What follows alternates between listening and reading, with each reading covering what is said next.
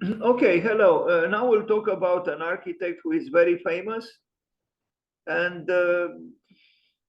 we'll try to add something to his fame with this homage to him on the day when he was born, May 12th in 1946. I hope I'm not mistaken that he was indeed born on May 12th. Let's read a little bit about Daniel Libeskind. As you can see, yes, born May 12th, Daniel Libeskind is a Polish-American architect, artist, professor, and set designer. Libeskind founded Studio Daniel Libeskind in 1989 with his wife Nina and is its principal design architect.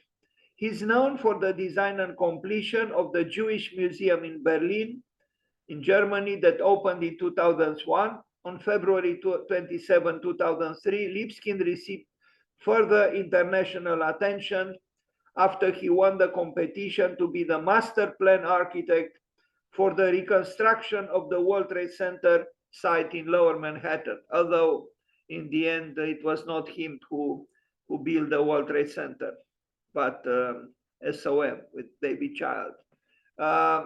Just a second, I need to read a little more about him. Unfortunately, there is here a tab which interrupts and it's exasperating. It shortens my life. It covers, you don't see it, but I see it.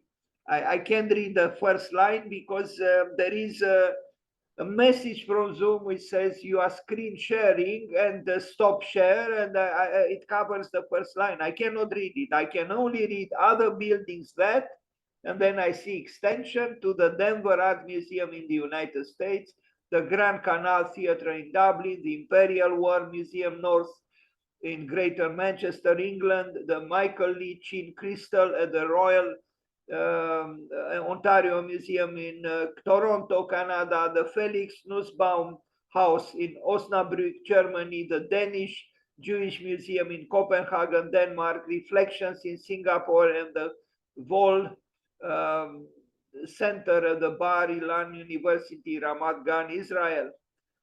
His portfolio also includes several residential projects. Libeskind's work has been exhibited in major museums and galleries around the world, including the Museum of Modern Art in New York, the Bauhaus Archives, the Art Institute of Chicago, and Centre Georges Pompidou, and of course, the Venice Biennial, which is not mentioned here. Apparently, he was a virtuoso of the accordion or the harmonica, and you see him as a kid here enjoying himself playing the accordion. I read that he actually gave up the accordion because he became a virtuoso and he wanted to challenge himself with something else, and that's why he became he studied architecture at Cooper Union in New York. Here he is in his later age, contemplating a world that celebrated him a lot. So what can we say? An unusual biography. Born in Krakow in Poland, and then leaving Europe for the United States, earning a degree in architecture at the school that was directed by John Haydock, and he became actually the darling of John Haydock. Then he moved to Cranbrook Academy in the position of, I don't know, director of studies or director of the architecture art program. And then we are going to see his first project, which made him instantly, a major force in architecture, although it was not built, a housing complex in Berlin. And now his office is in Berlin, he lives in Berlin, and he works in Berlin. Daniel Libeskind with his wife, enjoying themselves. They have all the reasons to enjoy themselves because, yes, it was a very successful journey so far for both of them, and the architecture of Daniel Libeskind is, continuing to provoke us. some drawings. These are some drawings that at one point I wrote against. Now I have maybe different thoughts. Very intricate, but I felt at that time when I wrote against them that they were cold, some kind of, robotic Frédéric Chopin. But looking backwards, I see virtues in them. He has interesting artworks, and we are going to see some of them. These are some sketches probably for that preceded his project for the Jewish Museum in Berlin. Good graphic works. But he was also lucky that he studied at Cooper Union in New York, which was a very open-minded school, and still is. And the education of an architect at Cooper Union was very different from most other schools. Unfortunately, in my opinion, he also was a little bit opportunistic, like in the case of his proposals for World Trade Center. But I guess some opportunism is necessary in order to get the commissions. You see the lady, the Lady Liberty and Manhattan, and sketches for the rejuvenation, renewal of the area where the World Trade, the Twin Towers fell to the ground.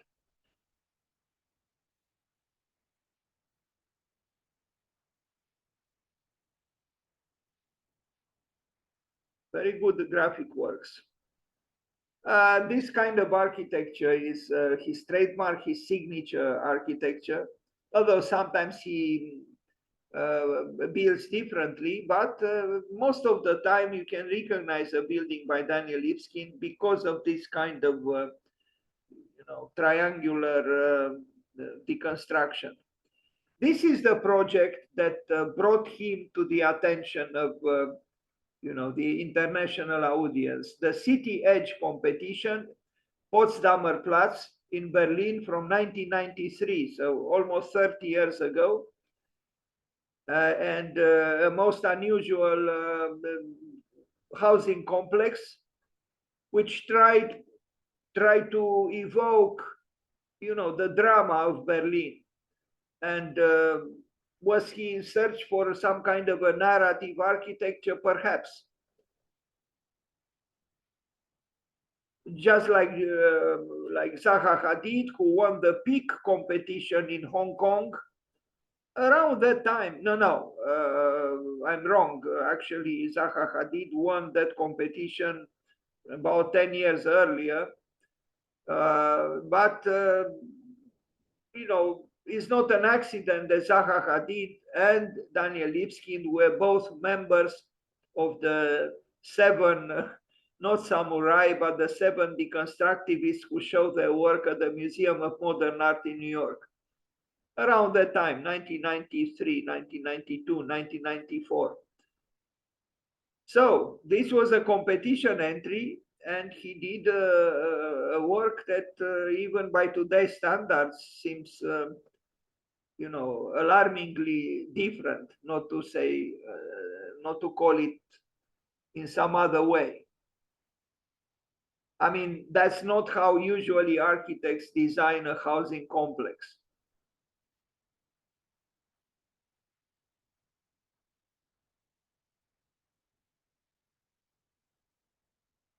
And the plan, the site plan.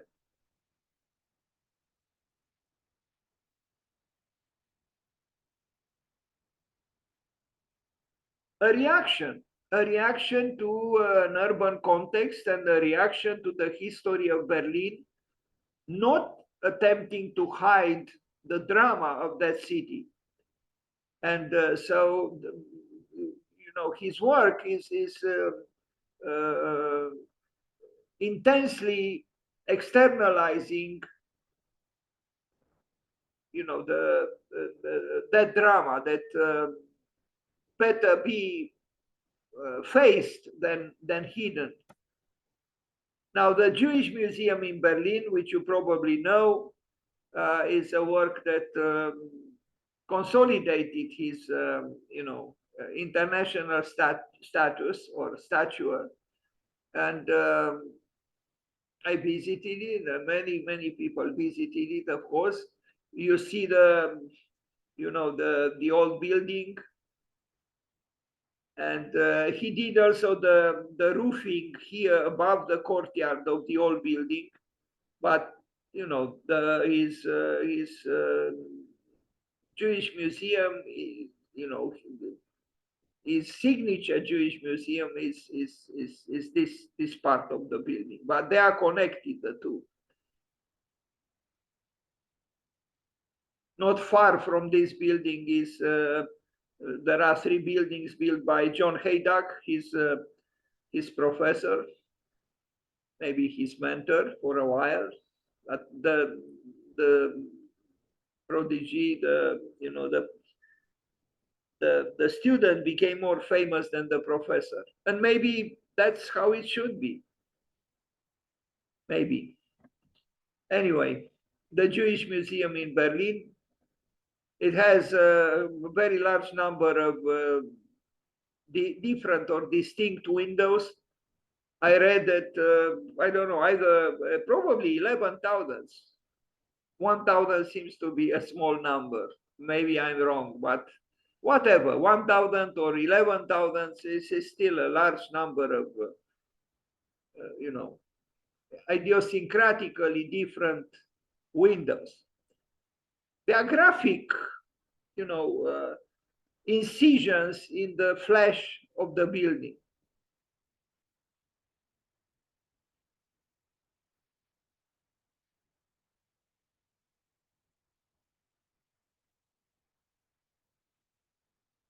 Yes, the building is the description in a way of the tragedy of the Jews who, suffered immensely in the Second World War, and not only then.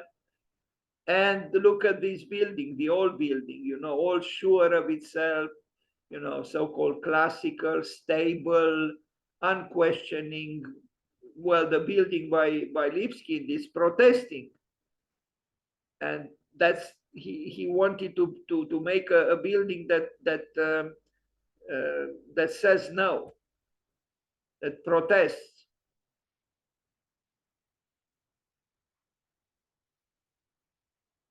This is the plan of the building.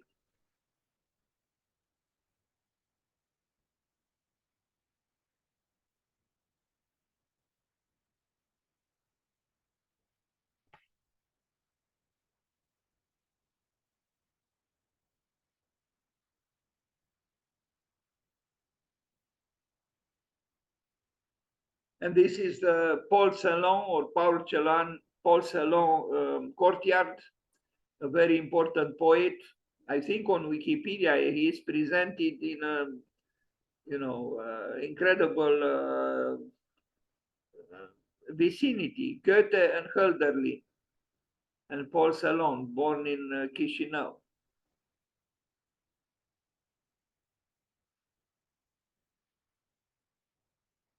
Who lost all his family during the Second World War in concentration camps, and he himself threw himself from a bridge at 50 into the River Seine in Paris. But a major poet, very highly considered.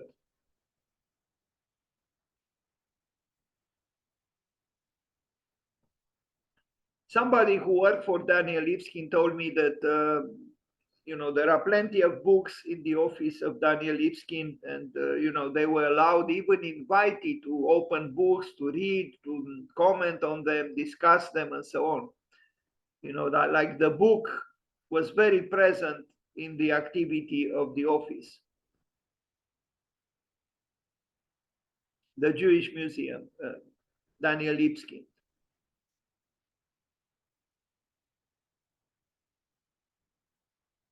The National Holocaust Monument by Daniel Libeskind in Ottawa, Canada. It's a project here, but he did build it. Zhangji Donggan Modern Industrial Museum. This one is rather burlesque. I don't think it's one of his major works. I almost regret it was built. Sorry for the maliciousness of the statement, but I don't think he's so good with curves. And he assumed the curve all of a sudden. I don't know why. That's why I think the building is rather burlesque.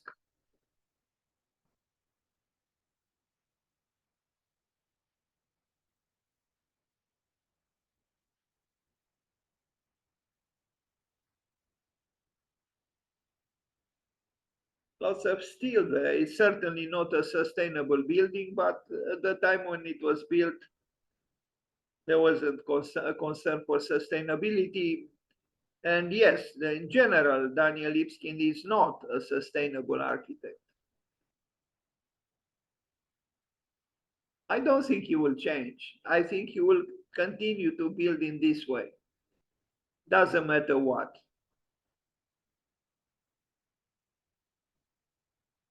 Here is the power of his work and also the weakness, actually. But he's also, a philosopher. As you can see, he was thinking of various issues. Although I think graphically this work is not as interesting or powerful as some other drawings we saw by him, nor these sketches. I find them rather didactic and even timid, despite the bonanza of the forms. Again, I don't think this work is one of his best. But he built it. Centre de Congrès à Mons in Belgium. Now, this is a typical Libeskind building. Several of his buildings have this, audacious triangle which seems to pierce the sky.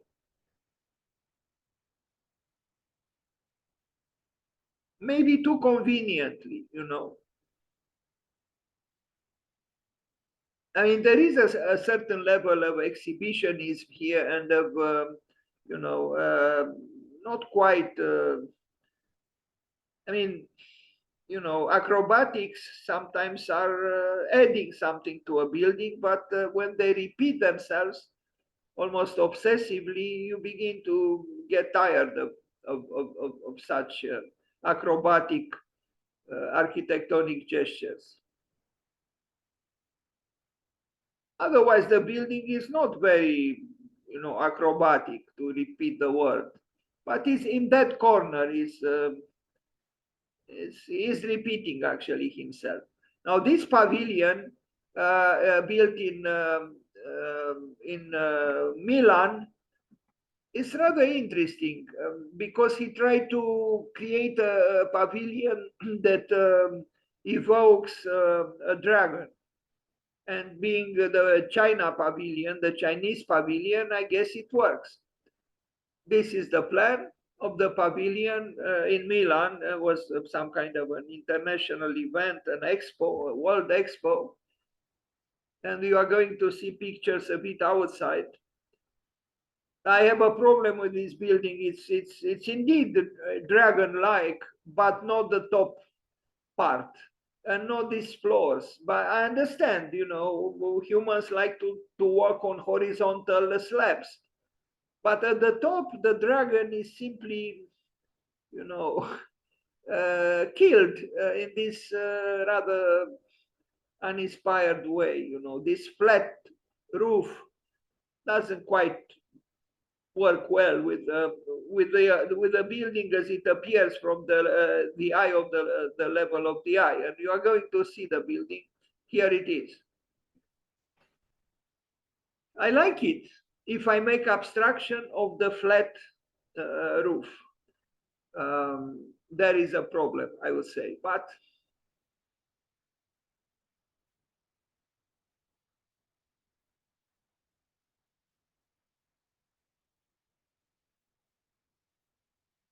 in nature, things are not like this. Even in the metaphysical nature, you don't cut an organic entity in this way, unless That's your intention, to cut it like this, to make a statement. But I like the skin of the building very much, and the color, and it works with its naming and its purpose, and it works with China.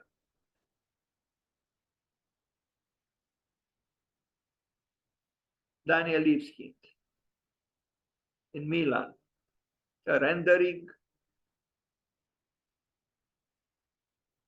Well, I don't even know why it was built, because the rendering is almost as if it is photographed. The built work, but it's just a rendering. Look at the structure, the steel structure. Not bad. Contorted, some people struggle to do it this way, but maybe it was worth it. Yankee Pavilion.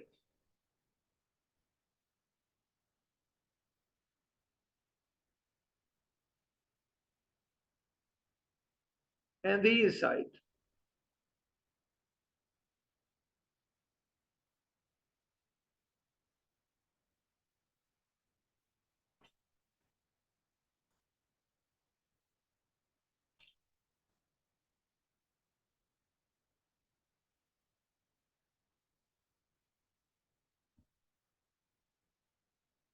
A very rigorous work here, although it is playful, ludic, but each piece has different graphics on it, and to assemble all of them rigorously but also freely without digital technology would be impossible, probably, or very close to impossible.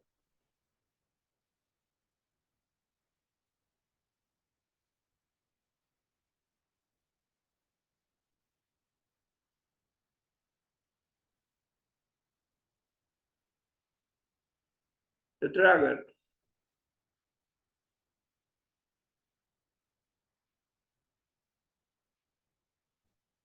Serpentine Gallery in London. His beloved astute triangle, zinc, probably covered in zinc, just like his Jewish museum in Berlin. The new Lithuanian Modern Art Center, a project which he didn't build. And here he is with the clients, some Lithuanians, unveiling the work with a god staring at his own work. Rather white and placid compared to some other works by him. The Kurdistan Museum in Erbil, here he's more himself, so to speak. The tower in Jerusalem, which I find problematic. I hope he is not building it. He will not build it. Here it is. Gone is deconstruction. But then we saw something not quite different in spirit by Herzog and de Meuron for Paris. But look at the base of the building. It's almost. It's very conventional, classicist, historicist. It's bothering that a genuine deconstructivist would do something like this.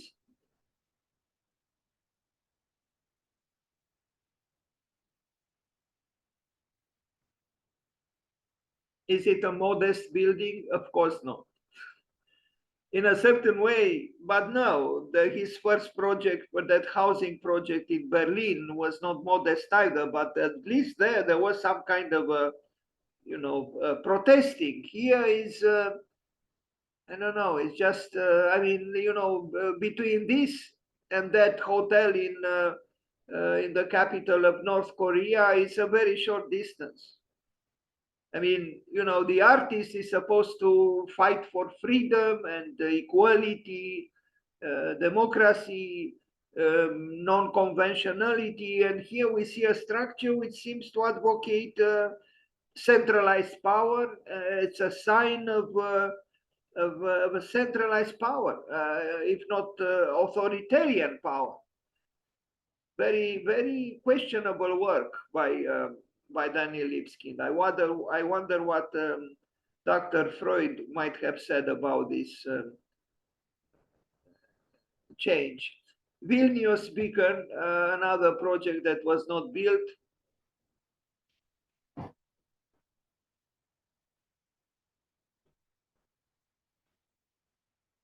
And the sketch with his nervous signature. And here he is enjoying himself together with some people from Vilnius. He's wearing those cowboy boots that he enjoys so much with, made of lizard leather. Very strange, a Polish young man, born in Krakow, going to the United States and sporting now cowboy boots made of lizard. He enjoys himself. He's probably a nice man. Casa Origami, he built it. Here it is. Destabilizing, but not in the bedroom. And we are going to see the bedroom, and you will understand what I'm trying to say. The house, yes, is creating that instability, which some people think is very, auspicious for living dangerously. But you wonder how real that danger really is. And yes, the building is angular and, angst-ridden and, destabilizing. But the bedroom, let's hope I have an image of the bedroom, of the master bedroom.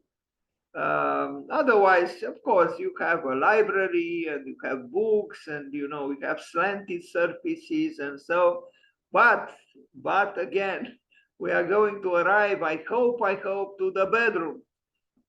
Here it is.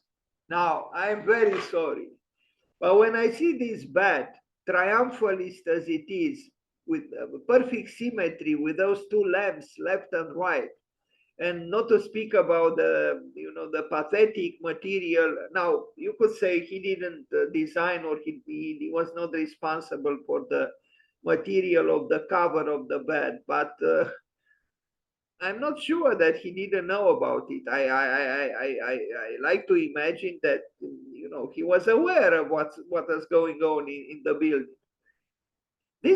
This I also noticed in a very Dionysian work by Frank Gehry, that hotel in Spain, in the proximity of winemaking, where also the inside has nothing to do with the outside. And when I look at this, I don't know, king size or queen size bed, with its petit bourgeois covering and those golden lights left and right, and I just don't understand. It's as if some bourgeois longings cannot be banished. You make the building dramatic, angular, constructivist or deconstructivist, and then you bring this, king size bed in the bedroom that makes you totally forget the instabilities of deconstruction.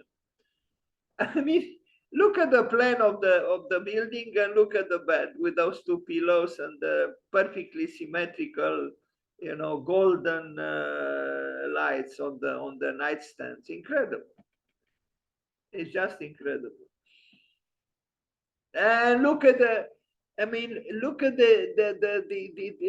triangular thing, that is piercing the horizon and the sky and even the tree, with its audacious blackness and its almost malicious elan, and then here.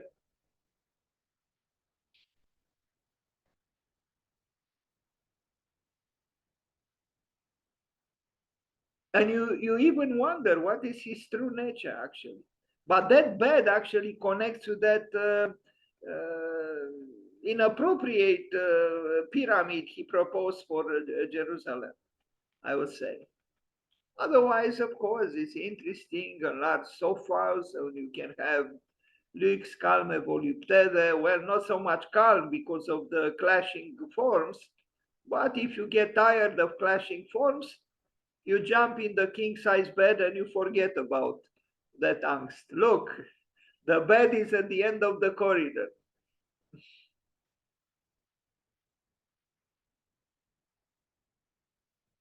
I wonder again what Dr. Freud would have said, or Jacques Lacan. Museum, this is an early work by him, and it's not a bad work for a painter, Felix Nussbaum. House, the museum, the Felix Nussbaum house in Osnabrück in Germany, an early work by him.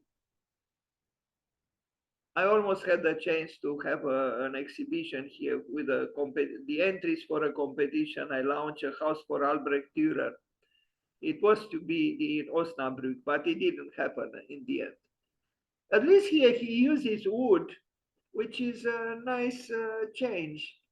Otherwise, the graphics of the windows are like in the Jewish museum, in a way too conveniently.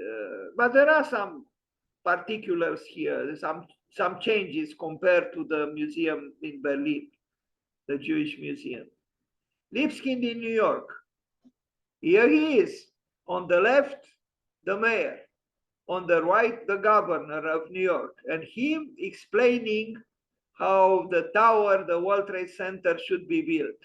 And plenty of paparazzis around, these terrorists with cameras, as Andrei Codrescu would call them, not by tourists, but almost there, photographing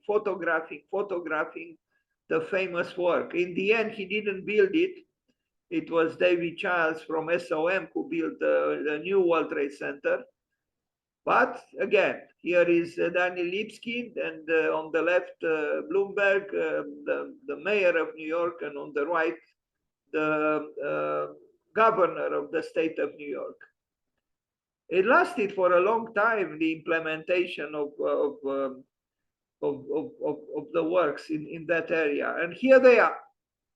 On the left, Fumihiko Maki, the Japanese architect, the more discreet figure in this.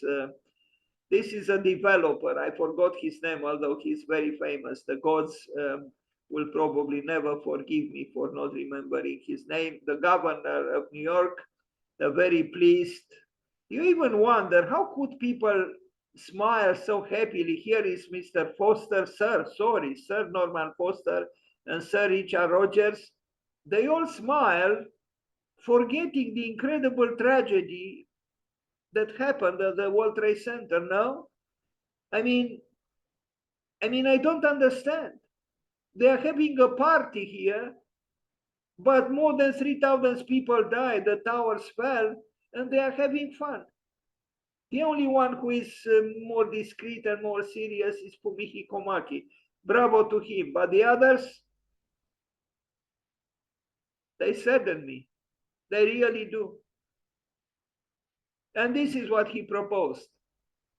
It was not be like this. He was, playing with, historical important data of the United States, and but so explicitly opportunistic. I wish he didn't do this project.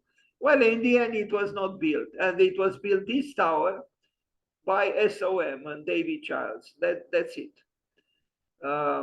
But he had a role in activating. Here, of course, was supposed to be, Bjarke Ingels. He didn't build his tower either, but he had to. He couldn't miss the boat.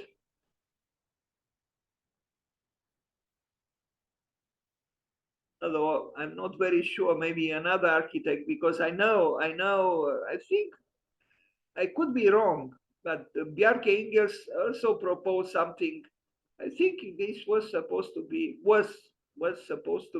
his work, the archangels. Anyway, towers with glass and glass and glass, and no window that opens. Just the towers of glass, consuming immense amounts of energy, because you can imagine in the summer you melt down there, and in the winter, if there is still going to be winter, you freeze.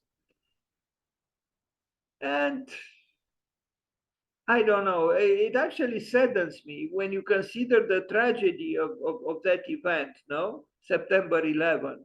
And then you see the frivolousness of the architects, playing around, all smiling and happy.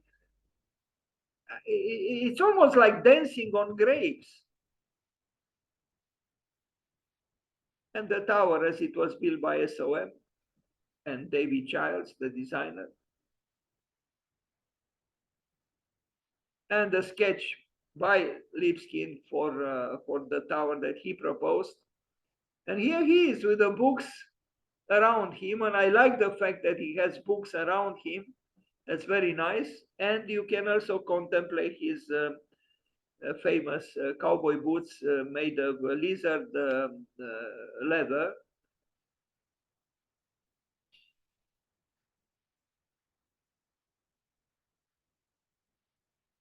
He made it. That's the truth. He made it. The Denver Museum of Art, another signature work by him. A deja vu. We already saw this kind of, elongated triangle that pierces even the skin of Zeus, and beyond Zeus. I don't. I mean, yes, I agree that art should be a destabilizing force, but when it repeats its rhetorics so explicitly, it becomes actually stabilizing, not destabilizing.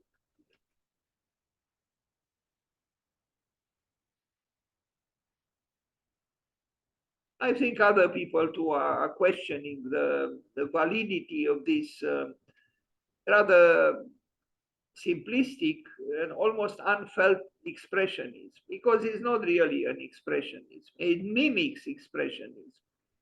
Sorry for being critical of Daniel Libeskind on his birthday, but this is what I think and feel. He can do better. And sometimes he did better. But in some other works, he just repeats architectural gestures that could be questioned. Let's read what he says. Life, it is not just a series of calculations and the sum total of statistics. It's about experience. It's about participation. It is something more complex and more interesting than what is obvious. Obviously, yes. But he has a young smile for someone who is probably at least 60. Architecture is not based on concrete and steel and the elements of the soil. It's based on wonder. Nice, no? But we wonder, are we really wondering? Not often. Yes, you made it. Where is the accordion? Please play something on the accordion, Mr. Libeskind, for us on your birthday. Please, please do so. His office in Berlin, Museum of Contemporary Art in Milan, reminding one of the of the Chinese pavilion that he designed. But this would have been an Italian dragon. It was not built. But don't worry, he built other things, and he builds continuously all over the world.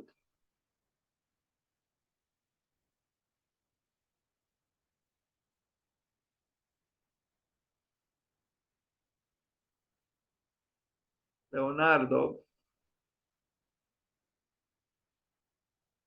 Crystals for MGM Mirage City Center, Las Vegas. This is another work which I wish he didn't build,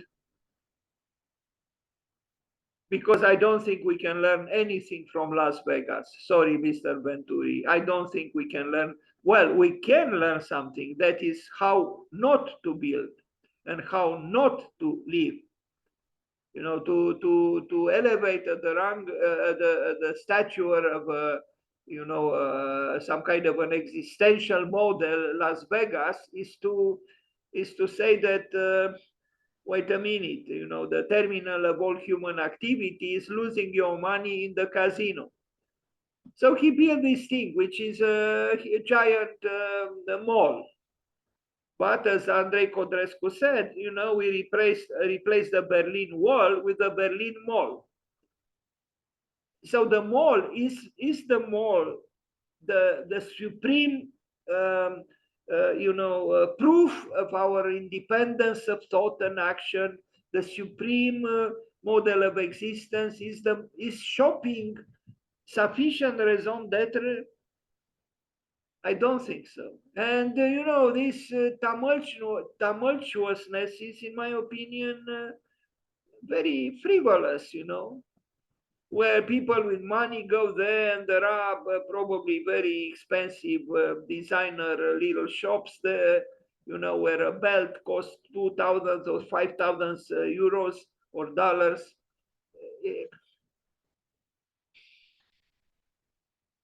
It actually saddens me, because an architect or an artist is supposed to keep a certain distance from this excessive consumerism, and he doesn't. Well, I guess if I was in his place, maybe it would have been irresistible, no? Because the mirage of riches and so-called success are hard to oppose, I guess. But I would hope to see some people with success who turn their back on this slavery towards money. Las Vegas. Everybody knows what Las Vegas is now. It's a place where, the humans lose themselves. Not creatively, though.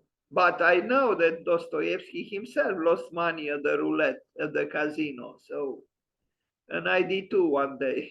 Maybe that's why I talk so bitterly now against Las Vegas. Look at this staircase, you say it's staircase to heaven, stairs to heaven. It's not to heaven. It's to the belt made by Prada that costs 4,000 euros, and then look at that silhouette on the wall, with her dress, opened there where it shouldn't be opened, if you allow me to be moralistic. It's this seductiveness that is of course, he is not responsible with the graphics on the walls, but he is responsible for this,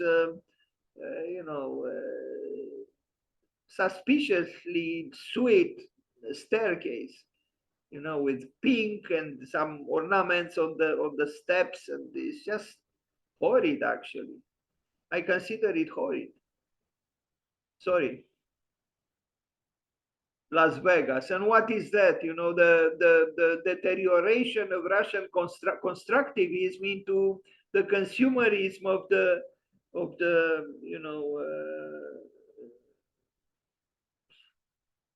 of a so-called city like Las Vegas that doesn't find other preoccupations worthy of its attention than playing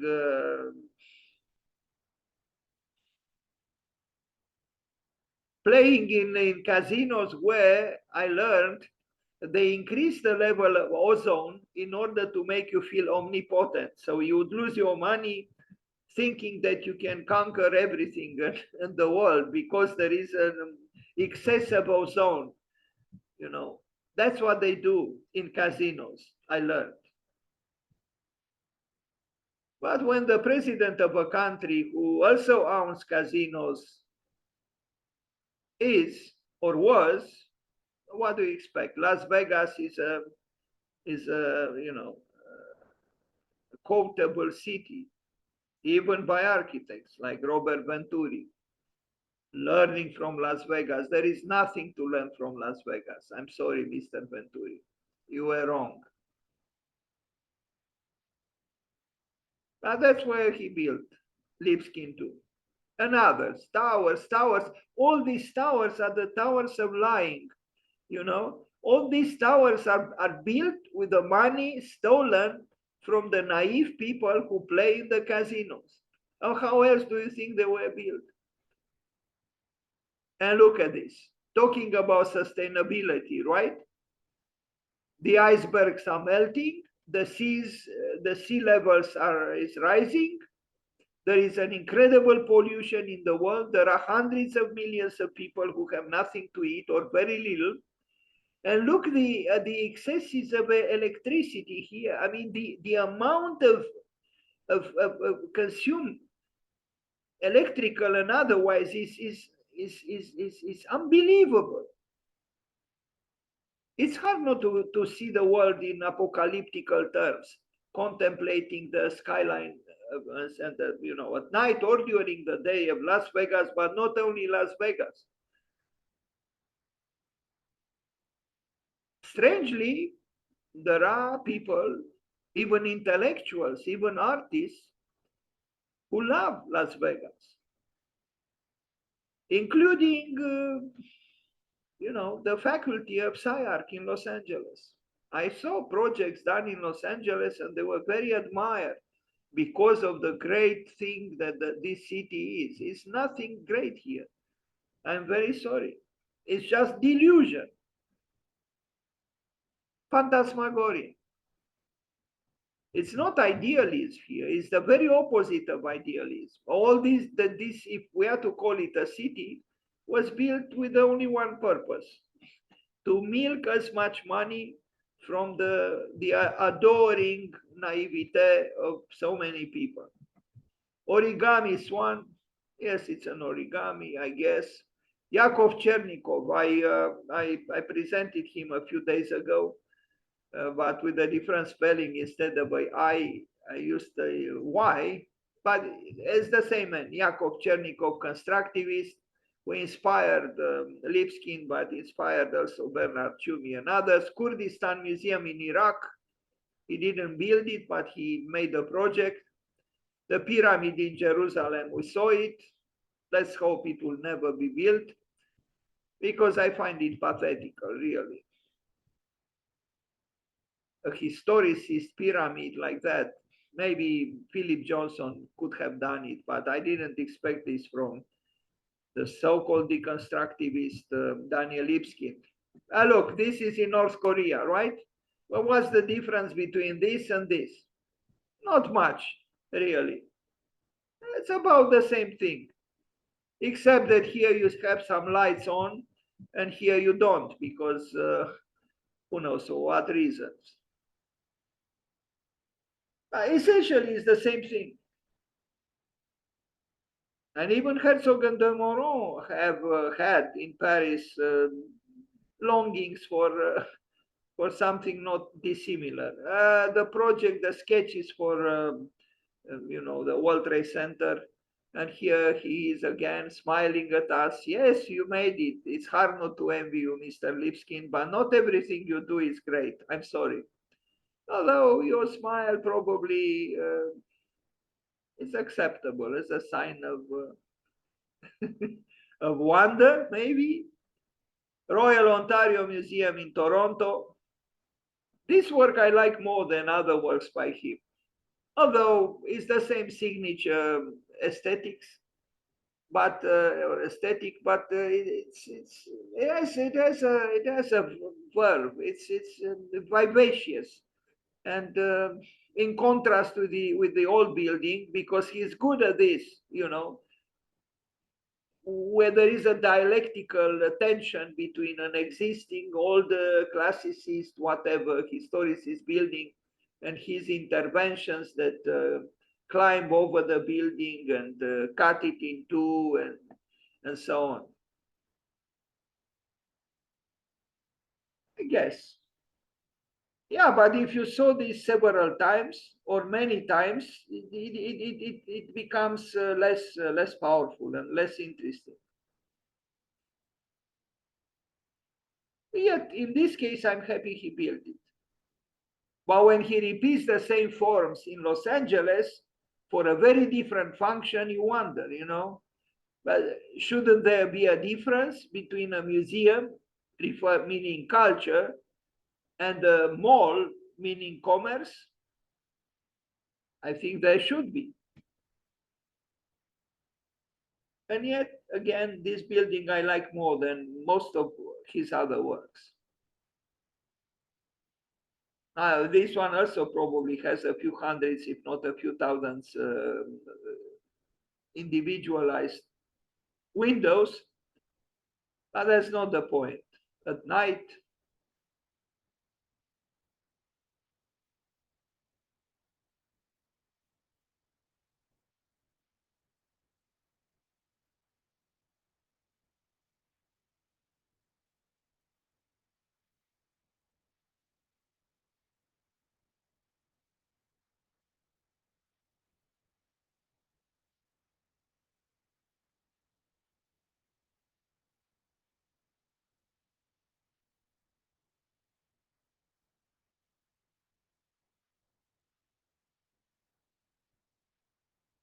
anything goes. And here is the sketch, which we already saw earlier.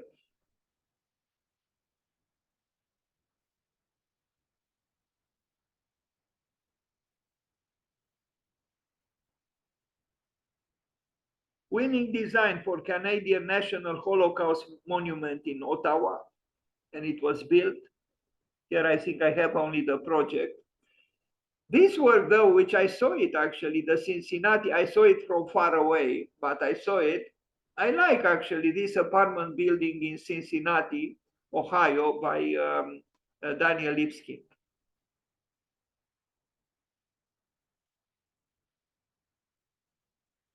So maybe I was wrong. Maybe sometimes he's not so bad with curves. There is a curvature here, which is acceptable to say the least. I like this building by him in Cincinnati. I don't know about that glass at the top though. I don't know. I don't know what's happening underneath that glass, but I guess there are no infiltrations of water. Although they happen everywhere in the world, doesn't matter how developed the country or not developed. At the last floor, sometimes water enters the building. As it entered the Falling Water building, the famous house built by Frank Lloyd Wright. And I mentioned this some other time that apparently at one night, Frank Lloyd Wright received a telephone call from Mr. Kaufman, the inhabitant of the Falling Water, telling him, Frank, it's raining in the living room. And Frank frankly told him that you don't have a pot. That's what apparently Frank Lloyd Wright told Mr. Kaufman, his client, his former client, and his, the inhabitant of the building. You don't have a pot. Very, very vertical, Frank Lloyd Wright.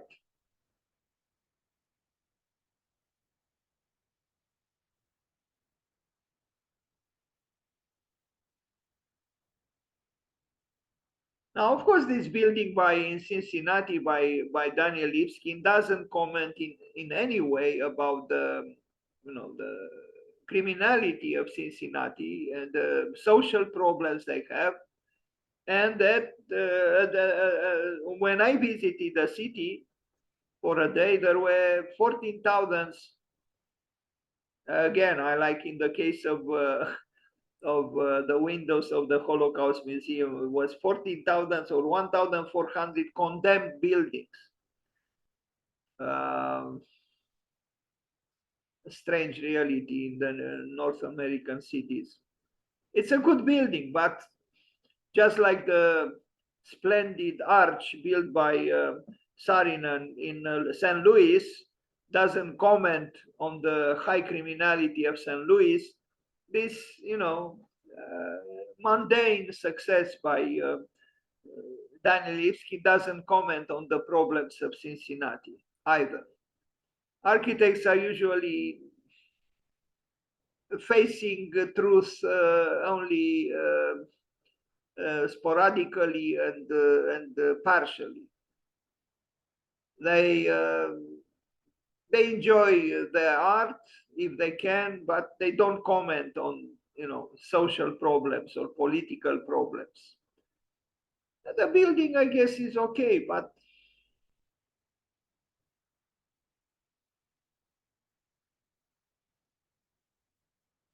Keppel Bay, Singapore. Now, it's my opinion, and I stand by it, but I might infuriate some people.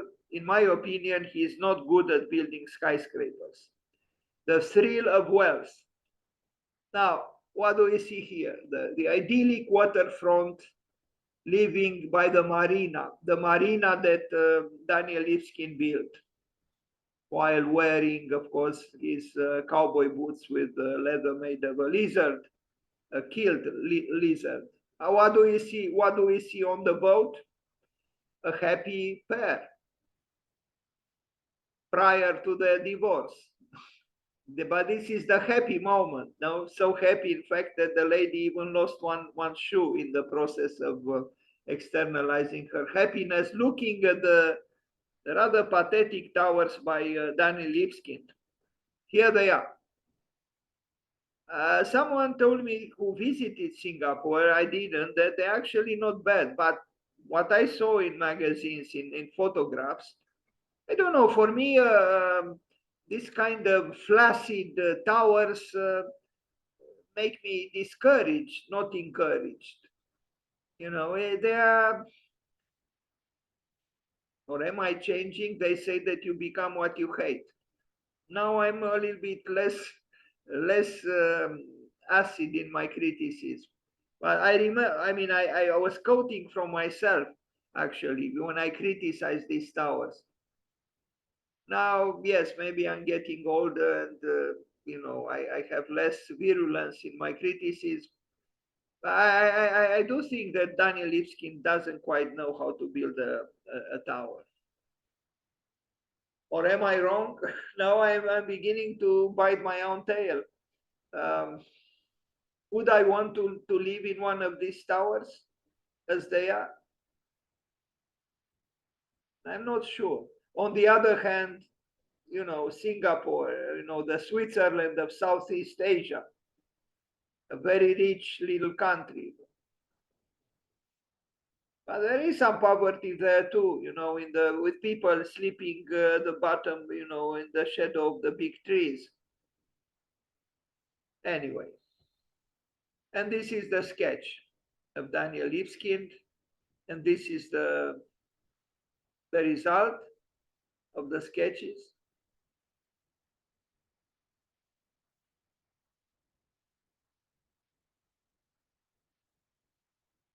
I like the expression on his face, and even his hand, is meditative. And I like even more the cover of the only book that is oriented towards us, and that is Edgar Allan Poe, right here. So the former student at Cooper Union didn't betray his upbringing. It's a pleasure, actually, to see a book with poems by Edgar Allan Poe in the office of an architect. I don't think too many architects have such books in their offices, and certainly not poetry by Edgar Allan Poe oriented towards, the viewer. On the other hand, you ask yourself, what does Edgar Allan Poe have to do with his beautiful poem, The Raven, with this? And this is real estate bonanza, right? They built it, the millions were produced, the success is there, you know, uh, the finger, the fat and short finger is up towards the sky. The money came in, everybody's happy. But what about Edgar Allan Poe, who died miserably around 40 and wrote that beautiful, very moving but dark poem, The Raven? Questions, questions, and paradoxes.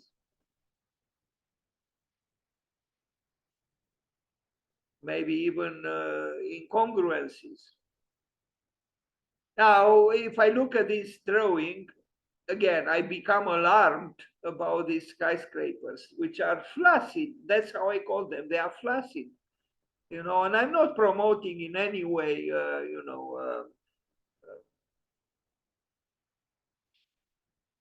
phallic verticality ad literam, but these affectations, you know, these I find them unconvincing for some reason.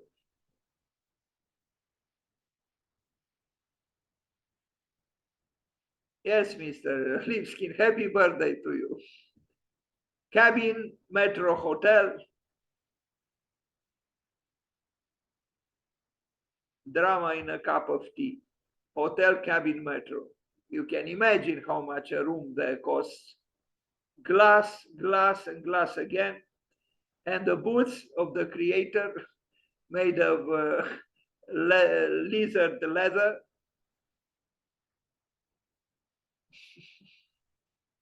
I wonder, you know, I wonder. And he's not a cowboy, but then a cowboy would not wear cowboy boots, so-called cowboy boots made of lizard leather. No, it's a fetish. No, it's the fetishization of shoes is a phenomenon that is, you know, closely studied by psychoanalysis. Sonnets of Babylon, which I saw this work, his participation at the Venice Biennial, and I liked it. I actually liked it very much. I don't know exactly how he did all these works, these graphic works.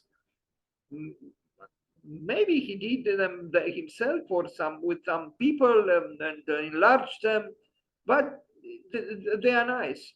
I don't know exactly the symbolism. I read a little bit, but I don't. I didn't quite get it, but I like them as graphic works. And yes, they were part of the Venice Biennial. I don't know, in 2016 or even earlier, maybe. Yes, these are good works. Graphically, I think they are enticing, and they stir up curiosity.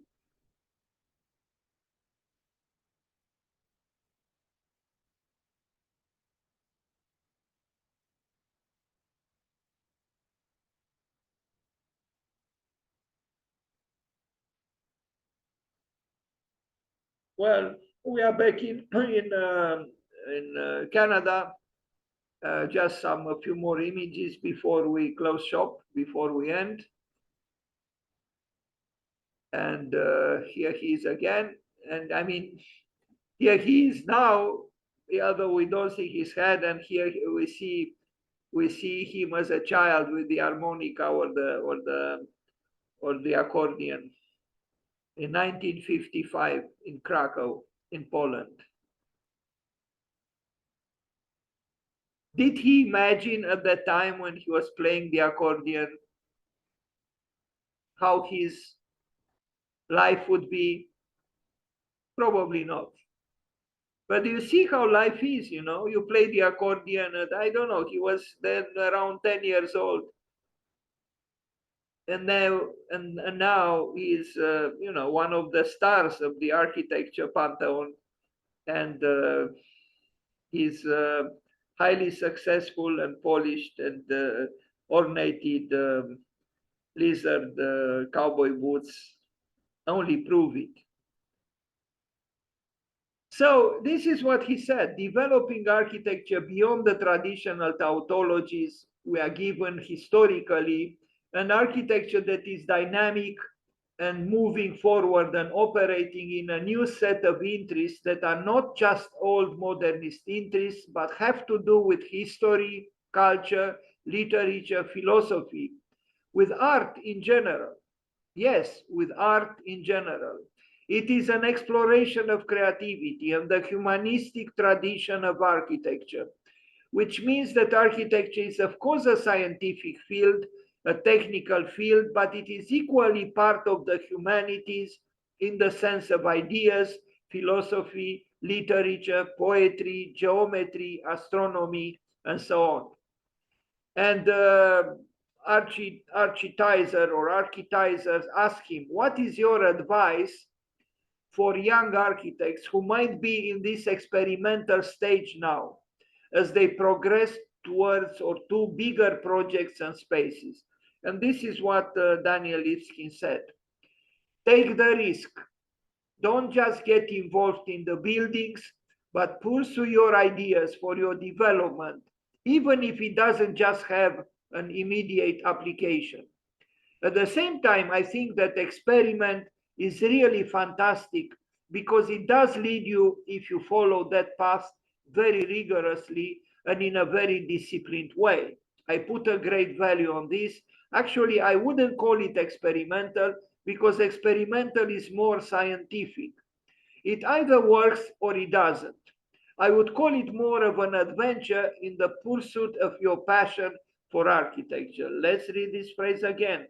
I would call it more of an adventure in the pursuit of your passion for architecture. And that will certainly lead you, if you are not surrounded by cynics, but by people who share your ideas and discuss them with you, is the best way to lead young architects to fantastic things. Daniel Libeskind is an optimist architect. I always tell young architects, pursue what you dream about. Don't be discouraged by cynics or skeptics. Surround yourself with interesting people. Keep going. You just have to have passions. There is no rush. It's not about quantity, it's about quality, in my life anyway. I have been lucky. I could have expanded and doubled the amount of people in his office. We had so many projects, but I said, no, let's not expand. Let's keep it so it's about architecture and not mass production. If I was not working on every project, if I was not involved fully, I wouldn't want to do it. It wouldn't be fun. That's it. So let's wish him happy birthday and let's talk a little bit about him, if you don't mind.